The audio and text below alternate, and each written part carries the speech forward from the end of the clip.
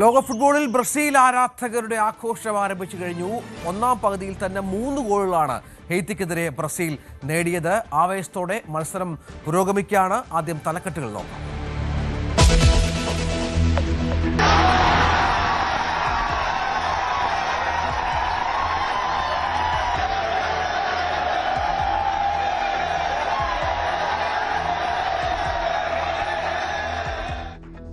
ലോകകപ്പിൽ ബ്രസീൽ ആരാധകരുടെ ആഘോഷം. ഹെയ്ത്തിക്കെതിരെ 3-0 മുന്നിൽ മത്തയൂസ് കുഞ്ഞയ്ക്ക് ഇരട്ട ഗോൾ. സ്കോട്ട്ലൻഡിനെ തോൽപ്പിച്ച് മൊറോക്കോ ഗ്രൂപ്പിൽ ഒന്നാമത്. ഓസ്ട്രേലിയക്കെതിരെ യുഎസിനും ജയം.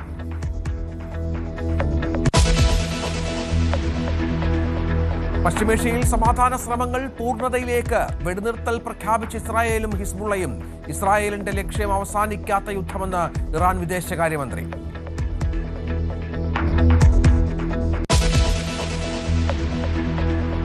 ബ്രിട്ടനിൽ ട്രെയിനുകൾ കൂട്ടിയിടിച്ച് ഒരു മരണം, 50ഓളം പേർക്ക് പരിക്ക്. 22 പേരുടെ നില ഗുരുതരം.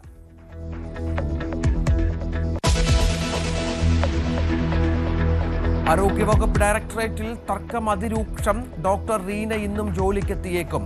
പകർച്ചവ്യാധി രോഗപ്രതിരോധത്തിന് ഉന്നതാധികാര സമിതി രൂപീകരിച്ച സർക്കാർ. സമിതിയിൽ മന്ത്രിയടക്കം 13 അംഗങ്ങൾ.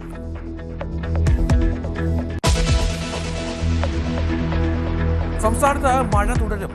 വയനാട്, കണ്ണൂർ ജില്ലകളിൽ യെല്ലോ അലർട്ട്. ശക്തമായ കാറ്റിനും സാധ്യതയെന്ന് മുന്നറിയിപ്പ്.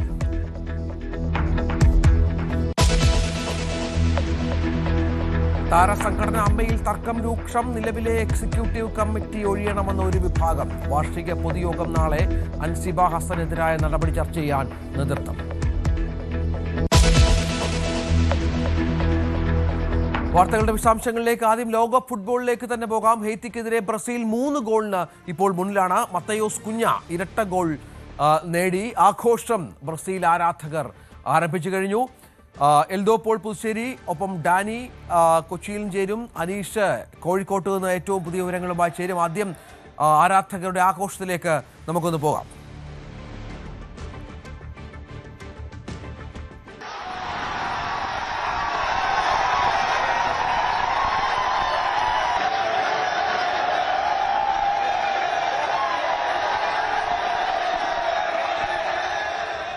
എൽദോ പോൾ പുതുശ്ശേരി ഏറ്റവും പുതിയ വിവരങ്ങളുമായി ചേരും. എൽദോ, മത്തയോസ് കുഞ്ഞയുടെ ഇരട്ട ഗോൾ.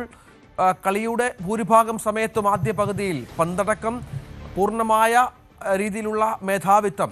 ബ്രസീൽ അവരുടെ പ്രതിഭ തെളിയിക്കുകയാണ്.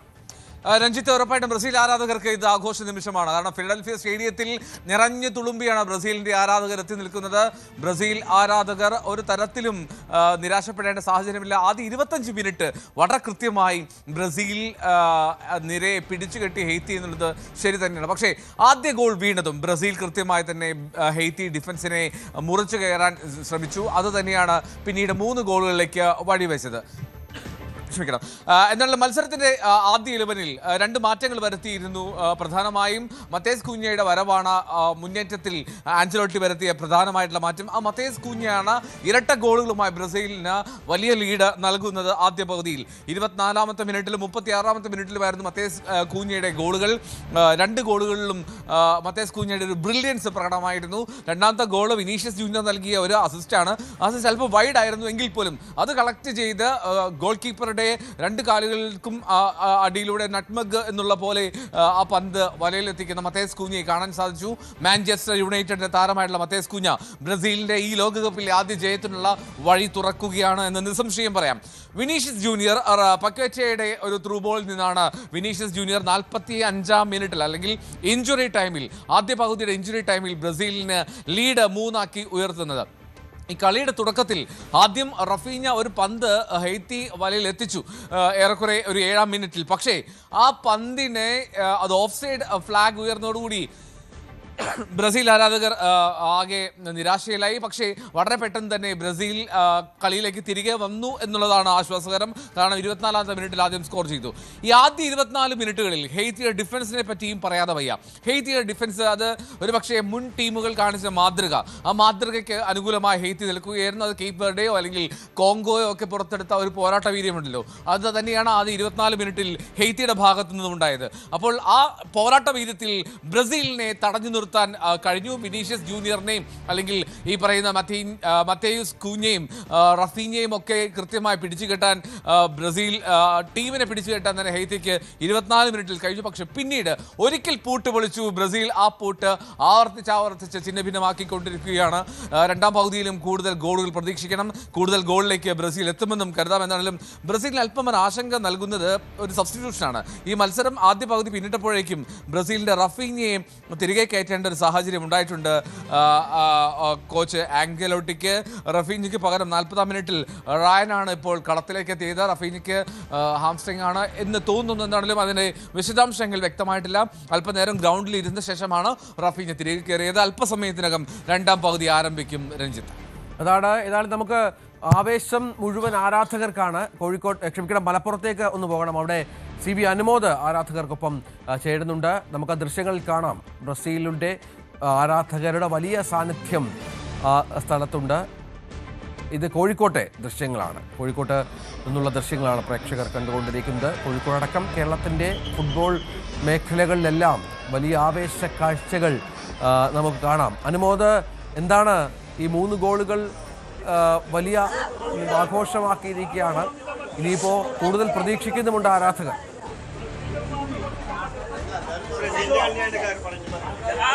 രഞ്ജിത്ത്, ചെറുകര ബ്ലൂ സ്റ്റാർ ക്ലബ്ബിലാണ് നമ്മളിപ്പോൾ ഉള്ളത്. ഇവിടെ വലിയ ആവേശ കാഴ്ചകളാണ് നമുക്ക് കാണാൻ കഴിയുന്നത്. ആ ബ്രസീലിന്റെ ആരാധകർ ബ്രസീലിന്റെ ഫ്ലാഗ് ആയിട്ട് ബ്രസീലിന്റെ ജേഴ്സി എല്ലാം അണിഞ്ഞ് ആ കളിയുടെ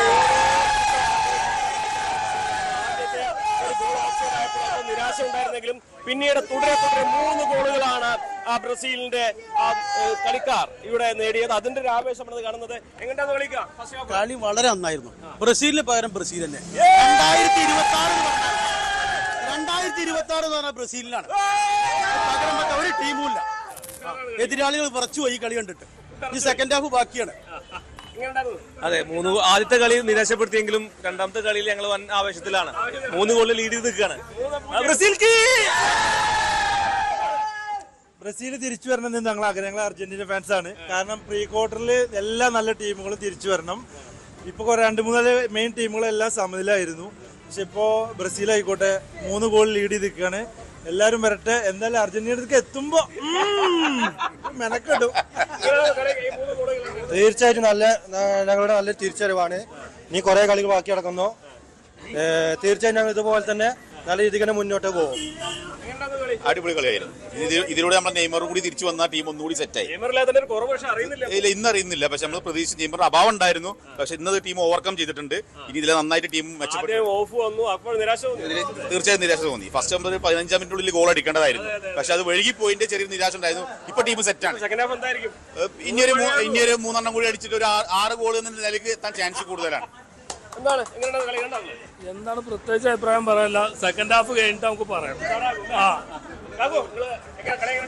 നല്ല ഉഷാറിലാണ് പോകുന്നത്. തിരിച്ചു വരും. ഇന്നൊരു 5 ഗോളിനേലും ജയിക്കും. 5-0. ബ്രസീൽ നല്ല സെറ്റപ്പ്. ആദ്യത്തെ കളിയല്ല. ബ്രസീലിന്റെ ശൈലി എന്ന് പറഞ്ഞാൽ ഓരോ ടീമിനും കളി ഇങ്ങനെ മാറ്റി കളിച്ചുകൊണ്ടിരിക്കും. ഓരോ ശൈലി അതാണ് ഓൾറെഡി നമുക്ക് നല്ലത്.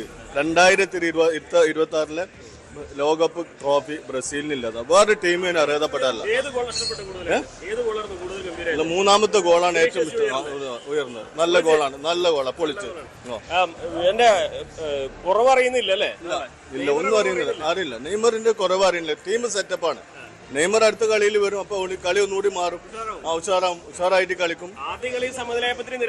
ചെറിയ നിരാശ ഉണ്ടായിരുന്നു. 2ാമത്തെ കളി ഇപ്പൊ പകുതി ആയിട്ടുള്ളൂ. നല്ല ഉഷാറിലാണ് കളി മുന്നോട്ട് പോകുന്നത്. എങ്ങനെയാണ് ബ്രസീൽ ഫാൻസിന്റെ ഒക്കെ എവിടെ എന്താ പറയാ? എങ്ങനെയാണ് ഫസ്റ്റ് ഹാഫ് അടിപൊളിയായിരുന്നു.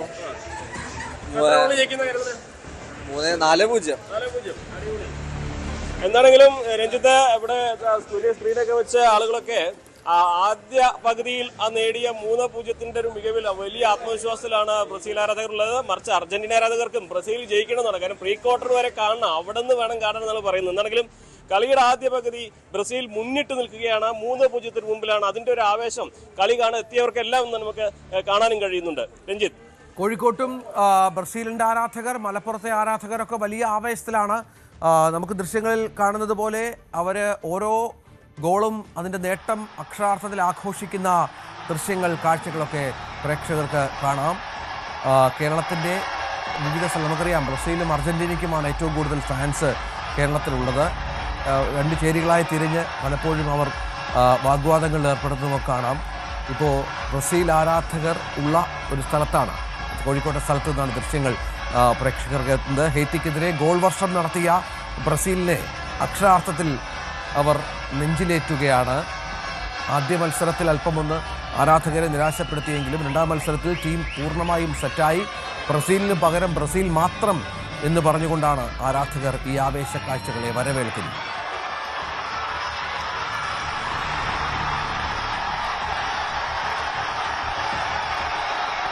ഡാനി പോൾഡ് കൊച്ചിയിൽ നിന്ന്. ഡാനി, കൊച്ചിയിൽ എങ്ങനെയാണ് ഈ ആദ്യ പകുതി കഴിയുമ്പോൾ ആരാധകരുടെ ബ്രസീൽ പ്രേമം?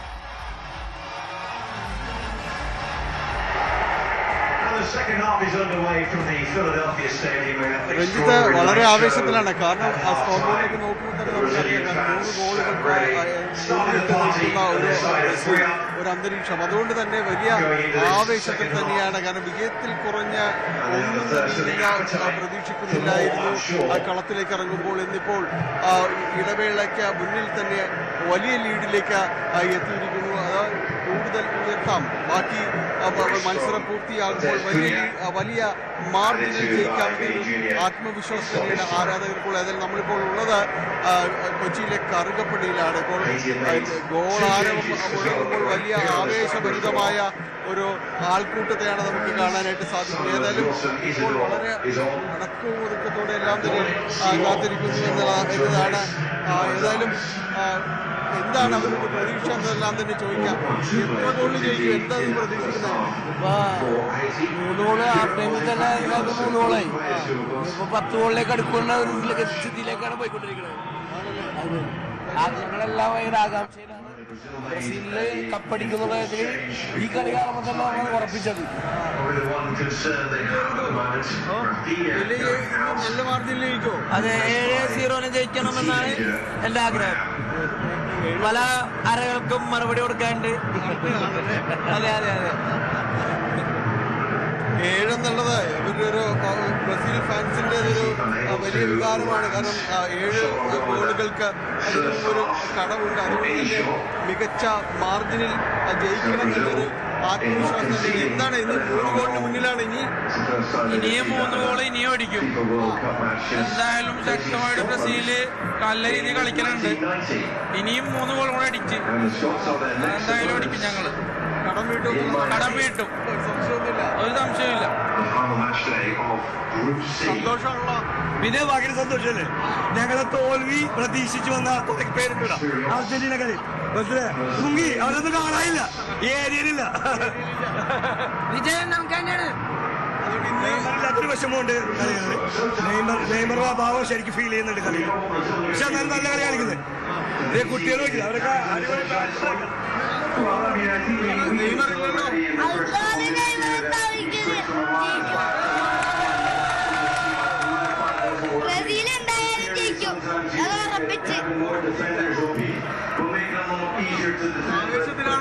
നല്ല ആവശ്യത്തിലാണ്. ഞങ്ങൾക്ക് ഉറപ്പാണ് ഈ 2026 ഫിഫ വേൾഡ് കപ്പ് ബ്രസീൽ തൂക്കിയിരിക്കും.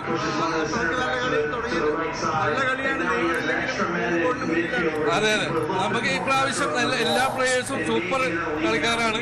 അത് യാതൊരു സംശയമില്ല. കാരണം നമുക്ക് നല്ല ഉറപ്പുണ്ട് നെയ്മർ അടുത്ത കളിയിൽ വരും എന്നുള്ള ഉറപ്പുണ്ട്.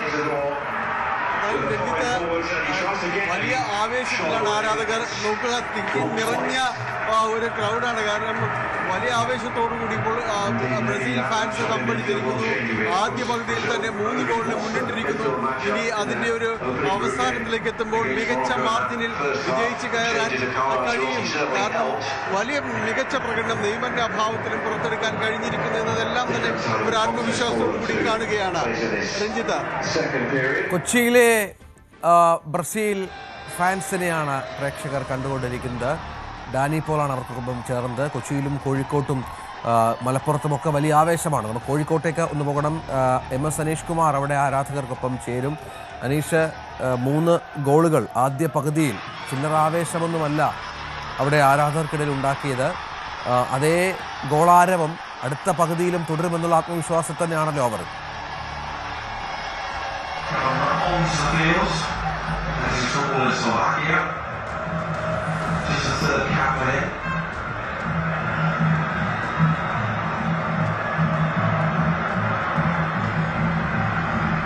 മനീഷ് കേൾക്കാം. Truly wonderful setting for this FIFA World Cup. And estimated 20,000 Brazilians score. ബ്രസീലിന്റെ ആരാധകർ അക്ഷരാർത്ഥത്തിൽ ആഹ്ലാദ നൃത്തം ചവിട്ടുന്ന കാഴ്ചയാണ് നമുക്ക് കാണാൻ കഴിയുന്നത്. കാരണം കഴിഞ്ഞ കളിയിൽ മൊറോക്കോയുമായി സമനില നേടിയതിന്റെ ഒരു നിരാശ അവർക്കുണ്ടായിരുന്നു. ഒപ്പം അവരുടെ സൂപ്പർ താരം നെയ്മർ ഇന്ന് കളിക്കുന്നുണ്ടായില്ല. ഇത്തരം കാര്യങ്ങളൊക്കെ ഉണ്ടെങ്കിൽ പോലും ഇപ്പോൾ കളി ഏതാണ്ട് ട്രാക്കിലേക്ക് മാറിയിരിക്കുന്നു എന്നാണ് ആരാധകർ ഒന്നടങ്കം പറയുന്നത്. കാരണം പഴയ ഒരു നിലവാരത്തിലേക്ക് ബ്രസീൽ ടീം എത്തുന്നു. എല്ലാ മേഖലയിലും ആ ടീമിന് വലിയ ഒരു മുന്നേറ്റം നടത്താൻ ഈ കളിയിൽ കഴിയുന്നുണ്ട്. കാരണം മുന്നേറ്റ നിരയും പ്രതിരോധ നിരയുമൊക്കെ അതീവ ഗംഭീരമായി തന്നെ ഇന്ന് കാര്യങ്ങൾ ചെയ്യുന്നു. വലിയ ഒരു പ്രകടനം ബ്രസീലിന്റെ ഭാഗത്തു നിന്നും ഉണ്ടാവുന്നുണ്ട്.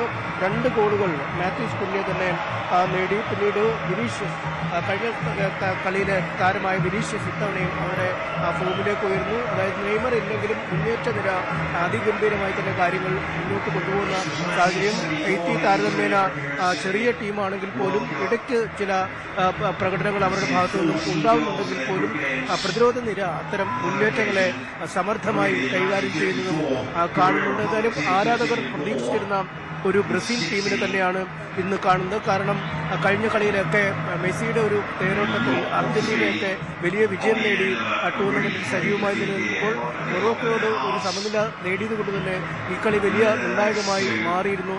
ബ്രസീലിന് ഒരു വമ്പൻ വിജയം തന്നെ ഈ കളിയിൽ അനിവാര്യമായിരുന്നു. അത്തരമൊരു വിജയത്തിലേക്ക് ബ്രസീൽ നീങ്ങുന്ന കാഴ്ച ലോകമെമ്പാടുമുള്ള ബ്രസീൽ ആരാധകർക്ക് അങ്ങേയറ്റം സന്തോഷം പകരുന്ന ഒരു കളി തന്നെയാണ്. കോഴിക്കോട്ടെയും ആരാധകർ വലിയ ഒരു കയ്യടിയോടുകൂടി ആഹ്ലാദ നൃത്തം ചവിട്ടിയുമാണ് ഇന്നത്തെ ഈ കളിയെ സ്വീകരിച്ചുകൊണ്ടിരിക്കുന്നത്. എൽഡോ, വലിയ ആവേശ കാഴ്ചകൾ ഉണ്ടാകുന്നു. 3 ഗോളുകൾ, ഹെയ്ത്തിയുടെ വലകുലുക്കിയ 3 ഗോളുകൾ. അതിനുശേഷം ആരാധകരുടെ ആവേശം, ജയമുറപ്പിച്ച ബ്രസീൽ പോരാട്ടം. ആദ്യ മത്സരത്തിൽ അല്പമൊന്ന് നിറം മങ്ങിയെങ്കിൽ പോലും 2ാം മത്സരത്തിൽ തങ്ങളുടെ ടീമിനെ തിരിച്ചു കിട്ടി എന്നുള്ള അവരുടെ ആവേശം. എൽദോ തുടരുന്നു. എൽദോ, കളി പുരോഗമിക്കുകയാണ്. വിവരങ്ങൾ. ബ്രസീൽ ഇപ്പോൾ 52ാമത്തെ മിനിറ്റിലേക്ക് മത്സരം എത്തിയെങ്കിൽ പോലും സ്കോർ കാർഡ് ഉയർത്താൻ കഴിഞ്ഞിട്ടില്ല ബ്രസീലിന്. 3-0 ലീഡുമായി തുടരുകയാണ് ബ്രസീലിയൻ സംഘം ഹെയ്ത്തിക്കെതിരെ.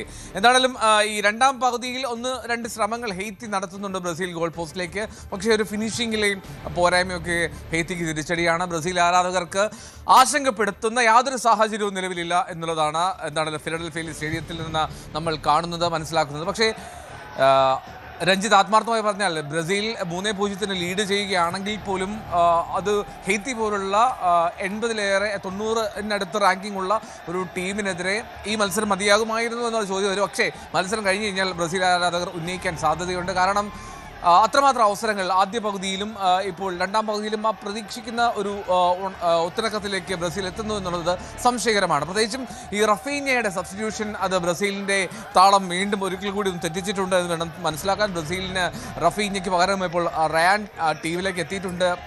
ആദ്യ പകുതിയിലെ 40ാം മിനിറ്റിലാണ് റഫീഞ്ഞയെ പിൻവലിച്ചത് കോച്ച് ആഞ്ചലോട്ടി. എന്നാണെങ്കിലും മത്സരം പുരോഗമിക്കുന്നതോറും കൂടുതൽ ഗോൾ വരും എന്ന് പ്രതീക്ഷിക്കാം. നിലവിൽ ഗോൾ അതിൽ മാറ്റമില്ല. ആദ്യം മത്തേയൂസ് കുഞ്ഞയുടെ ഇരട്ട ഗോൾ, അതിനുശേഷം പക്കറ്റ നൽകിയ ഒരു ബോളിൽ വിനീഷ്യസ് ജൂനിയറിന്റെ മനോഹരമായിട്ടുള്ള ഫിനിഷിംഗ്. അങ്ങനെയാണ് ബ്രസീൽ 3-0 ലീഡെടുത്തത്. ആ 3-0 ലീഡുമായി ബ്രസീൽ ഇപ്പോൾ തുടരുകയാണ് ഫിലഡൽഫിയ സ്റ്റേഡിയത്തിൽ. ഏതാണ്ട് 53-54 മിനിറ്റിലേക്ക് കാര്യങ്ങളെത്തി. ഇനിയുള്ള സമയങ്ങളിൽ ബ്രസീലിന് സ്കോർ ചെയ്യാൻ കഴിയുമെന്നാണ് പ്രതീക്ഷ. ബ്രസീലിൻ്റെ ഇതിഹാസ താരങ്ങൾ റൊണാൾഡീഞ്ഞോ, കക്ക പോലുള്ളവരൊക്കെ ആ സ്റ്റേഡിയത്തിൽ ആ മത്സരം കാണാൻ, വീക്ഷിക്കാൻ അവിടെ കൗതുകത്തോടെ കാത്തിരിക്കുന്നുണ്ട് ബ്രസീലിൻ്റെ ജയത്തിനായി. ഇനി മറ്റൊരു പ്രധാനപ്പെട്ട കാര്യം, ആ ഗ്രൂപ്പ് ഒരു കോംപ്ലിക്കേറ്റഡ് ഗ്രൂപ്പാണ്. Scotland, Morocco, Haiti, Brazil. ഇതിൽ ഹെയ്ത്തിയെ മാറ്റി നിർത്തിയാൽ മറ്റ് 3 ടീമുകളും മനോഹരമായിട്ടുള്ള ഫുട്ബോൾ കളിക്കുന്ന ടീമുകളാണ്. പ്രത്യേകിച്ച് മൊറോക്കോയെ നമുക്കറിയാം. മൊറോക്കോ ഈ കഴിഞ്ഞ രാത്രിയിൽ സ്കോട്ട്ലൻഡിനെ തോൽപ്പിച്ച് ഗ്രൂപ്പിൽ 1ാം സ്ഥാനത്തെത്തി. അപ്പോൾ ബ്രസീൽ ആരാധകർക്ക് വളരെ നിർണായകമായിരുന്നു ഈ പോരാട്ടം. അതിലെന്താണെങ്കിലും പോയിന്റ് ബ്രസീലിന് അനുകൂലമായിരിക്കും. 3 പോയിന്റും എന്നുള്ളത് നമുക്ക് ഉറപ്പിക്കാം ഈ സമയം കൊണ്ട് തന്നെ. 54 മിനിറ്റ് ആയിട്ടുള്ളൂ എങ്കിൽ പോലും. പക്ഷേ അതിനപ്പുറത്തേക്ക് ഒരു ഹെയ്ത്തിയുടെ മുന്നേറ്റം നടത്തണമെങ്കിൽ അത്ഭുതങ്ങൾ സംഭവിക്കണം എന്നുള്ളതാണ്. എന്താണ് ഫിലഡൽഫിയയിൽ ആ അത്ഭുതത്തിനുള്ള സാധ്യത, ഒരു 8ാമത്തെ അത്ഭുതത്തിനുള്ള സാധ്യതയില്ല എന്നുള്ളതാണ് പ്രധാനപ്പെട്ട കാര്യം. ബ്രസീൽ ഹെയ്ത്തി മത്സരം പുരോഗമിക്കുന്നു. 3-0 ബ്രസീൽ ലീഡ് ചെയ്യുന്നു. രഞ്ജിത്ത്, എന്തായാലും മത്സരം പുരോഗമിക്കുകയാണ്. കൂടുതൽ ഗോൾ നേട്ടം ബ്രസീലിൻ്റെ ഭാഗത്തുണ്ടാകുമെന്നുള്ള പ്രതീക്ഷയിൽ തുടരുകയാണ് ആരാധകർ. നമുക്ക് തത്സമയ കാഴ്ചകളിലേക്കും ദൃശ്യങ്ങളിലേക്കും മറ്റും പോകണം. വിവിധ മേഖലകളിൽ ആരാധകർ നമ്മോടൊപ്പം ചേരുന്നുമുണ്ട്. ഇസ്രായേലിനും ഹിസ്ബുള്ളയ്ക്കും മേൽ വെടിനിർത്തലിന് സമ്മർദ്ദം ശക്തമാക്കിയ അമേരിക്ക ആക്രമണം അവസാനിപ്പിച്ചത് ഇരുഭാഗം അവകാശപ്പെടുന്നുണ്ടെങ്കിലും ആശങ്ക തുടരുകയാണ്. ലെബനനിൽ ഇസ്രായേൽ ഹിസ്ബുള്ള ഏറ്റുമുട്ടൽ സമാധാന കരാറിൽ കരുനിഴൽ വീഴ്ത്തിയ പശ്ചാത്തലം കൂടി ഇതിനോട് ചേർത്ത് വെക്കണം. ഇതിനിടയിൽ സമാധാന കരാർ അന്തിമമായി ഒപ്പിടുന്നതിൽ നിന്ന് അല്പം മാറ്റമുണ്ടാകുമെന്ന വിവരങ്ങൾ കൂടി പുറത്തു വരുന്നുണ്ട്. അത് JD വാൻസൊക്കെ യാത്ര റദ്ദാക്കിയെന്നുള്ള വിവരങ്ങൾ കൂടി പുറത്തു വരുന്നു. VR കാർത്തിക് ഏറ്റവും പുതിയ വിവരങ്ങളുമായി ചേരുകയാണ്. കാർത്തിക്, സമാധാന കരാർ അതിൻ്റെ അന്തിമ ഘട്ടത്തിലേക്ക് എത്തുന്നൊരു പശ്ചാത്തലം കൂടി ഉണ്ടായിരുന്നു. ഇരു കൂട്ടരും ഫിസിക്കലായുള്ള ഒപ്പിടലും മറ്റും നടക്കായിരുന്നതാണ്. പക്ഷേ അതിപ്പോൾ ഈ പുതിയ പ്രശ്നങ്ങളുടെ പശ്ചാത്തലത്തിൽ, പ്രത്യേകിച്ച് ഇസ്രായേലിൻ്റെ പ്രകോപനത്തിൽ അതുണ്ടാകുന്നില്ല എന്നുള്ള വിവരങ്ങൾ കൂടി മാധ്യമങ്ങൾ റിപ്പോർട്ട് ചെയ്യുന്നുണ്ട്. എന്താണ് ഏറ്റവും പുതിയ വിവരം? വീണ്ടും പ്രതിസന്ധികൾ രൂക്ഷമാകുന്നുണ്ടോ ഇസ്രായേലിൻ്റെ പുതിയ നടപടികളിൽ?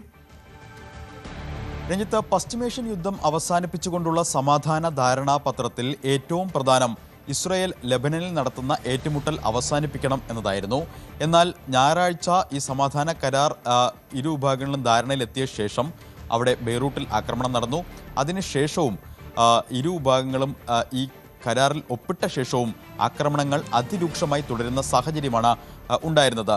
ലെബനനിൽ ഹെസ്ബുള്ളയ്ക്ക് നേരെ ഇസ്രായേൽ ആക്രമണം കടുപ്പിച്ചു. എന്നാൽ കഴിഞ്ഞ ദിവസം US-ഉം ഖത്തറും ഈ രാജ്യങ്ങളുടെ പ്രതിനിധികൾ നടത്തിയ മധ്യസ്ഥ ശ്രമങ്ങളുടെ ഭാഗമായി ഇസ്രായേലും ലെബനനും ഒരു വെടിനിർത്തൽ ധാരണയിലെത്തി എന്ന് US അവകാശപ്പെടുന്നു. സമ്മർദ്ദങ്ങൾ US ശക്തമാക്കിയതിൻ്റെ പശ്ചാത്തലത്തിലാണ് ഇത്തരമൊരു അവകാശവാദം. ലെബനൻ സമയം പ്രാദേശിക സമയം 4 മണി മുതൽ വെടിനിർത്തൽ നിലവിൽ വന്നു എന്ന് പറയുമ്പോഴും ആശങ്കകൾ അവസാനിക്കുന്നില്ല. ലെബനൻ ഹെസ്ബുള്ളയ്ക്ക് നേരെയുള്ള ഇസ്രായേൽ ആക്രമണങ്ങൾ തുടരുകയാണ്. ലെബനൻ്റെ ഏറ്റവും ഒടുവിൽ വന്ന പ്രതികരണങ്ങളും ഉടനൊന്നും ഈ വെടിനിർത്തലിലേക്ക് കാര്യങ്ങൾ എത്തില്ല എന്ന സൂചനകളാണ് നൽകുന്നത്. അതിൽ ലെബനൻ ചൂണ്ടിക്കാണിക്കുന്നത് ഇസ്രായേൽ സൈന്യം ലെബനനിൽ നിന്ന് പിന്മാറുന്നതുവരെ വെടിനിർത്തലുമായി ബന്ധപ്പെട്ട കാര്യങ്ങൾ അപ്രായോഗികമായിരിക്കും. മാത്രമല്ല, കഴിഞ്ഞ ദിവസം ലെബനൻ ആരോഗ്യ മന്ത്രാലയം ചില കണക്കുകൾ കൂടി പുറത്തുവിട്ടിട്ടുണ്ട്. ഇസ്രായേൽ നടത്തിയ ആക്രമണങ്ങളിൽ 47 പേർ കൊല്ലപ്പെട്ടുവെന്നും 97 പേർക്ക് പരിക്കേറ്റുമെന്നുമാണ് പുറത്തുവിട്ട കണക്കുകൾ. ഇതിൽ 7 സ്ത്രീകളും 2 കുട്ടികളും ഉൾപ്പെടെയുള്ളവർക്ക് ഈ ആക്രമണത്തിൽ പരിക്കുണ്ട്. ഇസ്രായേൽ സൈന്യമാകട്ടെ അതേ നാണയത്തിൽ തന്നെ അതിന് മറുപടി നൽകി. എന്ത് തീരുമാനങ്ങളും എടുക്കാനുള്ള സ്വാതന്ത്ര്യം ഇസ്രായേൽ സൈന്യത്തിന് ഇപ്പോഴും ഉണ്ട് എന്നാണ് അവരുടെ വക്താവ് പ്രതികരിച്ചിരിക്കുന്നത്. കഴിഞ്ഞ ദിവസം ഹെസ്ബുള്ള നടത്തിയ ആക്രമണത്തിൽ 4 ഇസ്രായേൽ സൈനികർ കൊല്ലപ്പെടുന്ന സാഹചര്യവും ഉണ്ടായിരുന്നു. എന്തായാലും അമേരിക്ക ഇടപെട്ട് ഇരു വിഭാഗങ്ങൾക്കും മേൽ സമ്മർദ്ദം ശക്തമാക്കി. അതിൻ്റെ പശ്ചാത്തലത്തിൽ ഒരു വെടിനിർത്തൽ ധാരണ നിലവിൽ വന്നു. പക്ഷേ അപ്പോഴും ആശങ്കകൾ അവസാനിക്കുന്നില്ല. നിലവിൽ ശക്തമായി പോരാടും എന്ന സന്ദേശം തന്നെയാണ് ഇരു വിഭാഗങ്ങളും നൽകുന്നത്. ഇത് ഇറാനും US-ഉം തമ്മിലുണ്ടാക്കിയ സൈനിക കരാറിലും സമാധാന കരാറിലും ചില ആശങ്കകൾ ഉളവാക്കിയിട്ടുണ്ട്.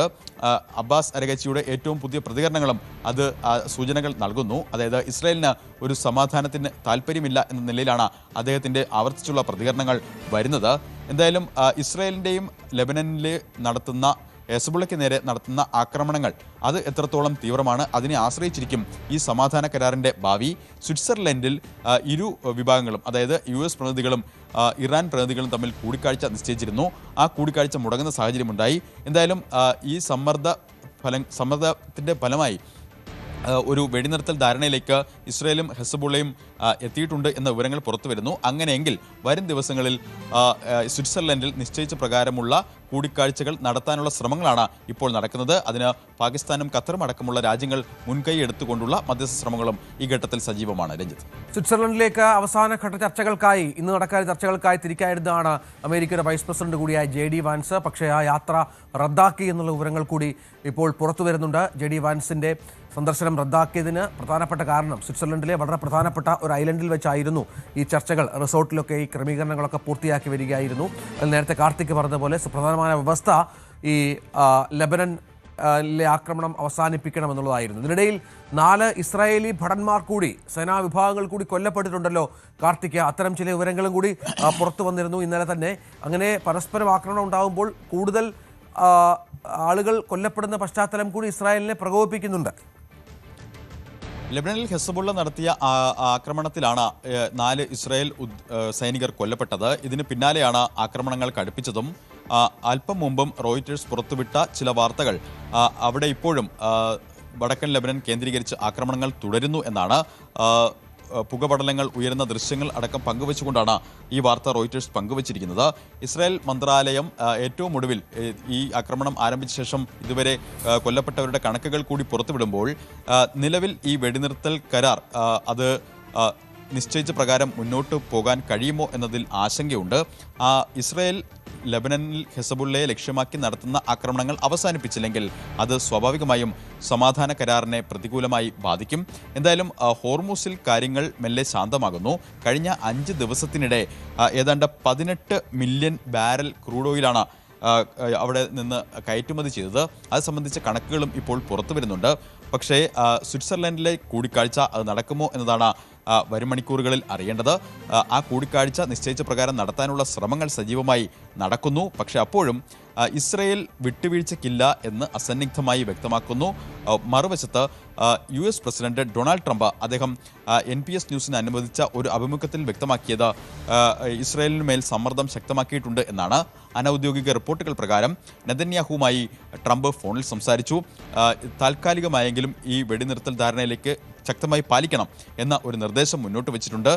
അതിനോട് ഇസ്രായേൽ സമ്മതിച്ചിട്ടുണ്ട് എന്നാണ് പുറത്തുവരുന്ന വിവരങ്ങൾ. പക്ഷേ എത്രത്തോളം അത് പ്രായോഗികമായി നടപ്പാക്കും എന്നതിനെ ആശ്രയിച്ചിരിക്കും സമാധാന ധാരണാപത്രത്തിന്റെ ഭാവി. അതാണ് സാഹചര്യം. ഏതായാലും കാത്തിരുന്ന് കാണാം ഈ സമാധാന കരാർ അത് നടപ്പാക്കുന്നതുമായി ബന്ധപ്പെട്ടുള്ള പുതിയ ക്രമീകരണങ്ങൾ. അത് ഏറ്റവും നിർണായകമായ പ്രധാനപ്പെട്ട ഒന്നായി മാറുകയും ചെയ്യുമെന്ന കാര്യത്തിൽ സംശയമില്ല.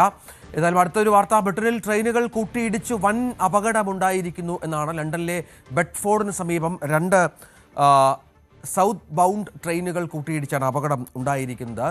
അപകടത്തിൽ ഒരാൾ മരിച്ചു, 50ഓളം പേർക്ക് പരിക്കേറ്റു, 22 പേരുടെ നില ഗുരുതരമാണ് എന്ന വിവരവും ഇപ്പോൾ പുറത്തു വരുന്നുണ്ട്. തൃശൂരിൽ വൻ കവർച്ച.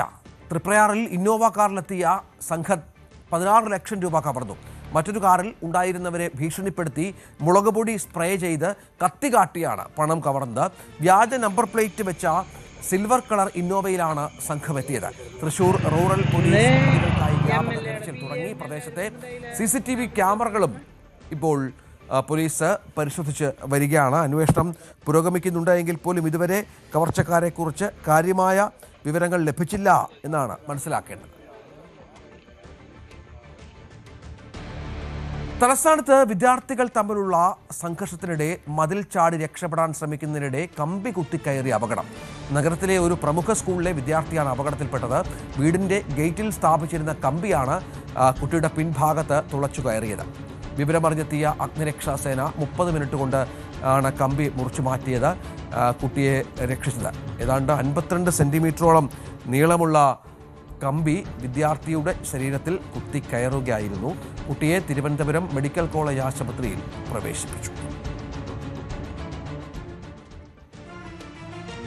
പെട്രോൾ പമ്പുകളിൽ നിന്ന് കന്നാസുകളിൽ ഇന്ധനം നൽകുന്നത് വിലക്കിക്കൊണ്ടുള്ള കേന്ദ്ര സർക്കാർ ഉത്തരവിൽ വെട്ടിലായി കർഷക തൊഴിലാളികൾ. കാർഷിക യന്ത്രങ്ങളും മറ്റും ഉപയോഗിക്കുന്നവരും കാട് വെട്ടുന്നവരും ഉൾപ്പെടെയുള്ള തൊഴിലാളികളാണ് ഇന്ധനം ലഭിക്കാതെ ദുരിതത്തിലായിരിക്കുന്നത്. കേന്ദ്ര സർക്കാരിന്റെ പുതിയ ഉത്തരവ് പ്രകാരം പമ്പുകളിൽ നിന്ന് വാഹനങ്ങളുടെ ഇന്ധന ടാങ്കുകളിലേക്കോ അല്ലെങ്കിൽ petroleum and explosive safety organisation അംഗീകരിച്ചിട്ടുള്ള കാനുകളിലേക്കോ മാത്രമേ ഇന്ധനം നൽകാവൂ എന്ന് കർശന നിയന്ത്രണമുണ്ട്.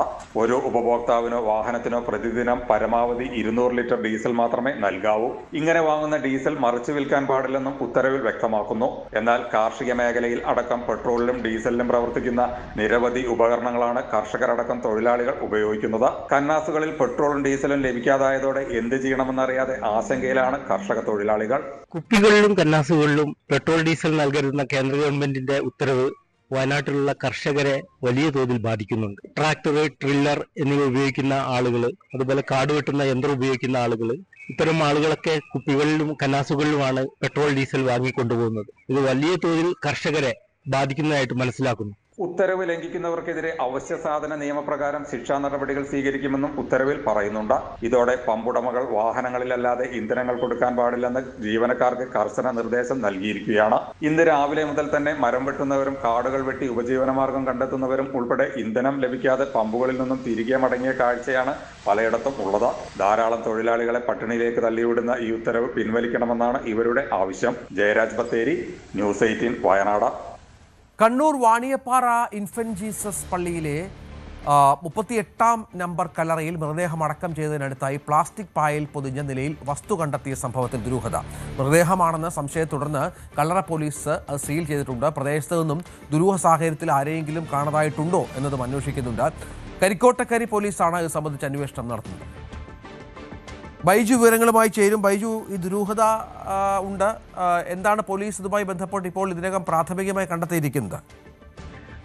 രഞ്ജിത്ത്, ഇതിലൊരു സ്ഥിരീകരണത്തേക്ക് ഇതുവരെ പോലീസ് എത്തിയിട്ടില്ല. പക്ഷെ അപ്പോഴും ഒരു മൃതദേഹമാണ് എന്ന തരത്തിലുള്ള ഒരു നിഗമനത്തിലേക്കാണ് പോലീസ് എത്തുന്നത്. ഏതായാലും ഈ വസ്തു തുറന്നു പരിശോധിച്ചാൽ മാത്രമേ ഇതിൽ കൃത്യമായ ഒരു സ്ഥിരീകരണം ഉണ്ടാവൂ എന്നതാണ് ഏറ്റവും പ്രധാനം. ഇപ്പോഴും ഈ ദുരൂഹത തുടരുന്നു എന്ന് വേണം പറയാൻ. അതായത് ക്രിസ്തീയ ആചാരപ്രകാരം ഒരു കല്ലറയിൽ 2 മൃതദേഹം അടക്കം ചെയ്യുന്ന ഒരു പതിവില്ല എന്ന് തന്നെയാണ് ഇടവക അംഗങ്ങളെല്ലാം പറയുന്നത്. അത് പള്ളി വികാരിയും ഉൾപ്പെടെ അത് പറയുന്നുണ്ട്. അപ്പോൾ എന്താണ് ഈ വസ്തു?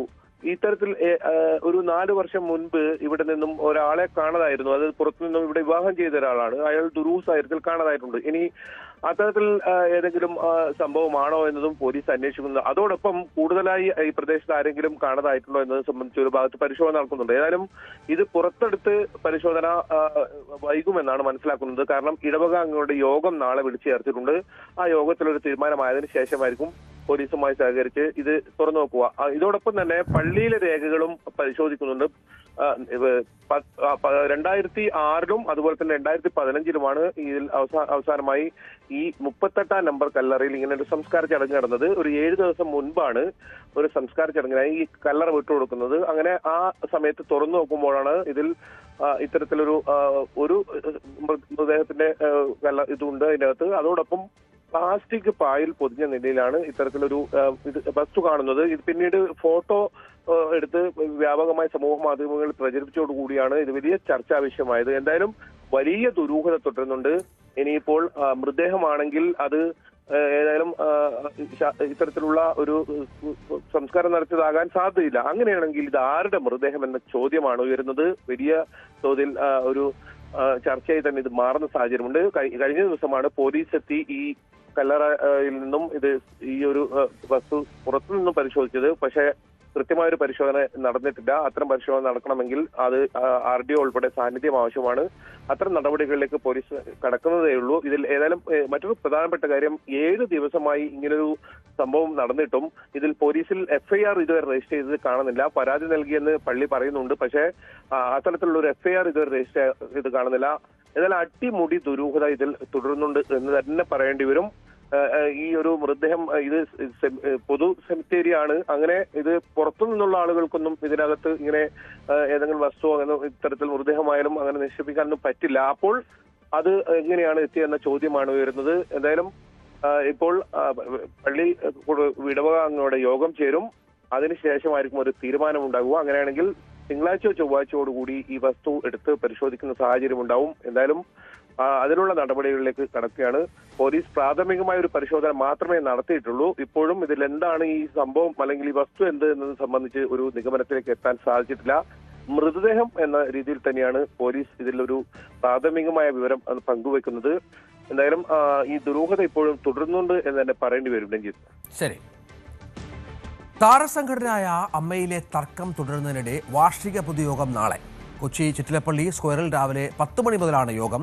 നിലവിലുള്ള എക്സിക്യൂട്ടീവ് ആകെ മാറി പുതിയ നേതൃത്വം വരണം എന്നാണ് ഒരു വിഭാഗം അംഗങ്ങളുടെ നിലപാട്. എന്നാൽ വന നേതൃത്വത്തെ മാറ്റിയാൽ സംഘടനയ്ക്ക് തന്നെയാണ് മോശം എന്ന വിലയിരുത്തലിലാണ് മുതിർന്ന താരങ്ങൾ.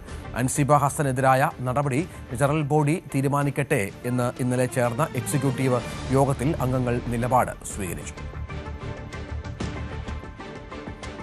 സംസ്ഥാനത്ത് മഴ തുടരുന്നു. വയനാട്, കണ്ണൂർ ജില്ലകളിൽ യെല്ലോ അലർട്ട് പ്രഖ്യാപിച്ചിട്ടുണ്ട്. ഒറ്റപ്പെട്ട ഇടങ്ങളിൽ ഇടിമിന്നലോട് കൂടിയ മഴയ്ക്കും ശക്തമായ കാറ്റിനും സാധ്യതയുണ്ട് എന്ന് കേന്ദ്ര കാലാവസ്ഥാ വകുപ്പ് മുന്നറിയിപ്പ് നൽകിയിട്ടുണ്ട്. തിരുവനന്തപുരത്ത് ആരോഗ്യവകുപ്പ് ഡയറക്ടറേറ്റിലെ കസേരകളിയിൽ നിർണായക യോഗം മുടങ്ങി. DHS ഓഫീസിൽ നടക്കേണ്ട പകർച്ചവ്യാധി പ്രതിരോധ യോഗങ്ങളാണ് മുടങ്ങിയത്. നിപ മുതൽ കുരങ്ങുപനിയെ വരെ സംസ്ഥാനം നേരിടുന്ന സാഹചര്യത്തിലാണ് ആരോഗ്യവകുപ്പ് ഡയറക്ടർ പോലെ ഒരു സുപ്രധാന പദവിയിൽ തർക്കവും നാടകവും ഉണ്ടായത്. അതേസമയം സ്ഥലമാറ്റ ഉത്തരവ് സ്റ്റേ ചെയ്തതോടെ ഇന്നും ഡോക്ടർ റീന DHS ആസ്ഥാനത്ത് ജോലിക്കെത്തുമെന്നാണ് ഇപ്പോൾ ലഭിക്കുന്ന സൂചനകൾ. പകർച്ചവ്യാധി പ്രതിരോധത്തിന് സംസ്ഥാനതല ഹൈപ്പവർ കമ്മിറ്റിക്ക് സർക്കാർ നിർദ്ദേശം നൽകിയിട്ടുണ്ട്. ഏതായാലും ഈ വിഷയത്തിൽ ആരോഗ്യവകുപ്പിന് തന്നെ വല്ലാത്ത നാണക്കേടുണ്ടാക്കിയ ഒരു സംഗതിയായി അത് മാറിയിട്ടുണ്ട്. സാരംഗ് സുധാകരൻ ഏറ്റവും പുതിയ വിവരങ്ങളുമായി ചേരും. സാരംഗ്, ചെറിയ നാണക്കേടല്ല അവിടെ സംഭവിച്ചത്. രണ്ട് ഉന്നത ഉദ്യോഗസ്ഥർ തമ്മിലുള്ള പോര്, കസേരകളി, ഇതൊക്കെ വകുപ്പിൻ്റെ, പ്രത്യേകിച്ചും പുതിയ സാഹചര്യം നമുക്കറിയാം, സംസ്ഥാനമാകെ പകർച്ചവ്യാധി ഭീഷണി നിൽക്കുന്ന സമയത്താണ് ഇത്തരത്തിലൊരു സംഗതി സംഭവിച്ചത്. ഇത് ഗൗരവമായി തന്നെ കാണുന്നുണ്ടോ ആരോഗ്യവകുപ്പ്?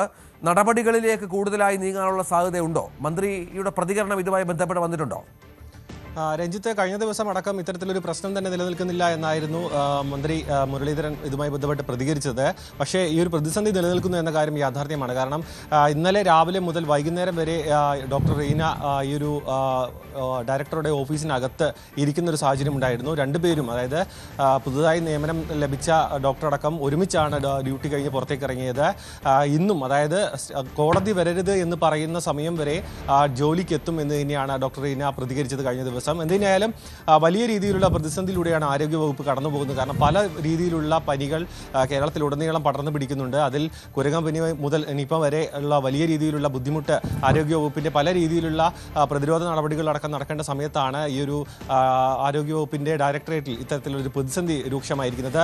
സർക്കാരിൻ്റെ ഭാഗത്തു നിന്നും നിയമ നടപടികളിലൂടെ, അതായത് അപ്പീൽ പോകുമെന്ന് തന്നെയാണ് ഇപ്പോഴും ലഭിക്കുന്ന വിവരം. പക്ഷേ അപ്പോഴും ഈ ഒരു ഹൈപ്പവർ കമ്മിറ്റി ആയിക്കോട്ടെ, മറ്റ് ജില്ലാതലം മുതൽ സംസ്ഥാന തലം വരെയുള്ള ഈ ഒരു പ്രതിരോധ പ്രവർത്തനങ്ങളും ചികിത്സാ പ്രവർത്തനങ്ങളും അടക്കമുള്ള കാര്യങ്ങളിൽ വലിയ പ്രതിസന്ധി നേരിടുമെന്ന കാര്യം തീർച്ചയാണ്. ഈ ഒരു സർക്കാരിനെ സഹായിക്കാൻ വേണ്ടിയാണ് ഹൈപ്പവർ കമ്മിറ്റിയും മറ്റ് പഞ്ചായത്ത് തലം മുതലുള്ള പല കമ്മിറ്റികളും രൂപീകരിച്ചത്. പക്ഷേ അതിൻ്റെ സംസ്ഥാന തലത്തിലെ ഒരു യോഗം ചേരാത്തത് തന്നെ വലിയ രീതിയിലുള്ള പ്രതിസന്ധി സൃഷ്ടിച്ചിട്ടുണ്ട്. മാത്രമല്ല, പകർച്ചവ്യാധി കലണ്ടർ അടക്കം തയ്യാറാക്കുമെന്നൊരു പ്രഖ്യാപനം മന്ത്രിയുടെ ഭാഗത്തു നിന്നുണ്ടായിരുന്നു. പക്ഷേ അതിലേക്കൊന്നും കടക്കാൻ കഴിയുന്നില്ല ഈ ഒരു പ്രതിസന്ധി. കാരണം കസേരകളി തന്നെയാണ് ഇന്നും തുടരുക എന്ന് തന്നെയാണ് മനസ്സിലാക്കാൻ. കാരണം കോടതിയുടെ ഭാഗത്തു നിന്നുള്ള സ്റ്റേ ഓർഡറും പക്ഷേ ആരോഗ്യവകുപ്പിൻ്റെ ഭാഗത്തു നിന്ന് ഒരു നിർദ്ദേശവും ലഭിക്കാത്തിടത്തോളം കാലം ഇത് ഈ രീതിയിൽ തന്നെ തുടരാൻ സാധ്യതയുണ്ട്. അതിനിടയിൽ ആരോഗ്യവകുപ്പിൻ്റെ ഒരു ഇടപെടൽ ഉണ്ടാവുകയാണെങ്കിൽ മാത്രമേ ഇതിനൊരു പരിഹാരം ഉണ്ടാവുകയുള്ളൂ.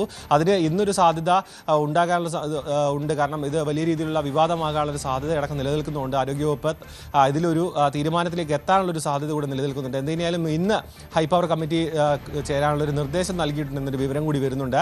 എന്തിനായാലും ഈ ഒരു പകർച്ചവ്യാധികൾ പടർന്നു പിടിക്കുന്ന സമയത്ത് ഈ തരത്തിലുള്ള ഒരു കസേര കളി ആരോഗ്യവകുപ്പിന് വലിയ രീതിയിലുള്ള നാണക്കേട് ഉണ്ടാക്കിയിട്ടുണ്ട്. രഞ്ജിത്ത്, അതാണ് സാഹചര്യം. ഇന്നലെയാണ് ഈ സംഭവം ഉണ്ടായത്. ആരോഗ്യവകുപ്പിൽ പുതുതായി ചാർജ് എടുത്ത ആരോഗ്യവകുപ്പ് ഡയറക്ടറും നേരത്തെ മന്ത്രിയുടെ ഇടപെടലിൽ സ്ഥലം മാറിപ്പോയ ഡയറക്ടറും തമ്മിലായ തർക്കം, അത് വലിയ നാണക്കേട് ആരോഗ്യവകുപ്പിന് ഉണ്ടാക്കിയെന്ന കാര്യത്തിൽ സംശയമില്ല.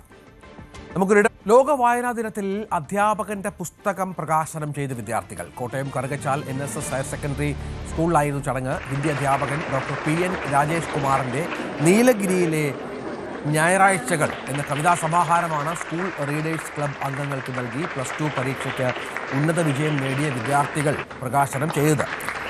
75 കവിതകളുടെ സമാഹാരമാണ് നീലഗിരിയിലെ ഞായറാഴ്ചകൾ.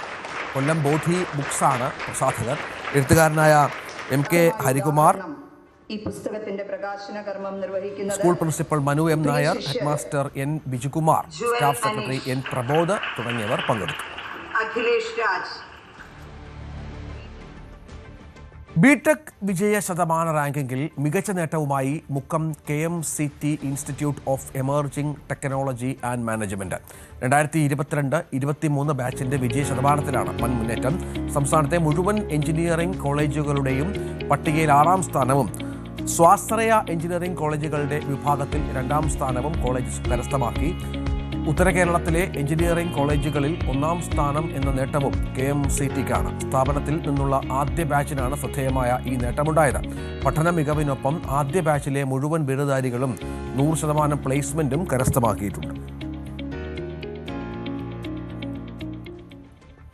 ടെക്നോയുടെ ഏറ്റവും പുതിയ 5G സ്മാർട്ട് ഫോണായ പോവ 8 5G മൈജിയുടെ ചെയർമാൻ AK ഷാജി ലോഞ്ച് ചെയ്തു.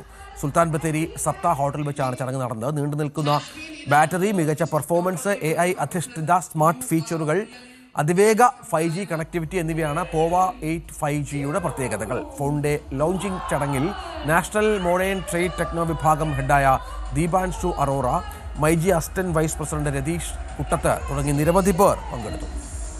നിരവധി ഓഫറുകളും ടെക്നോയും മൈജിയും ചേർന്ന് ലോഞ്ചിനോട് ചേർന്ന് ഒരുക്കിയിട്ടുണ്ട്.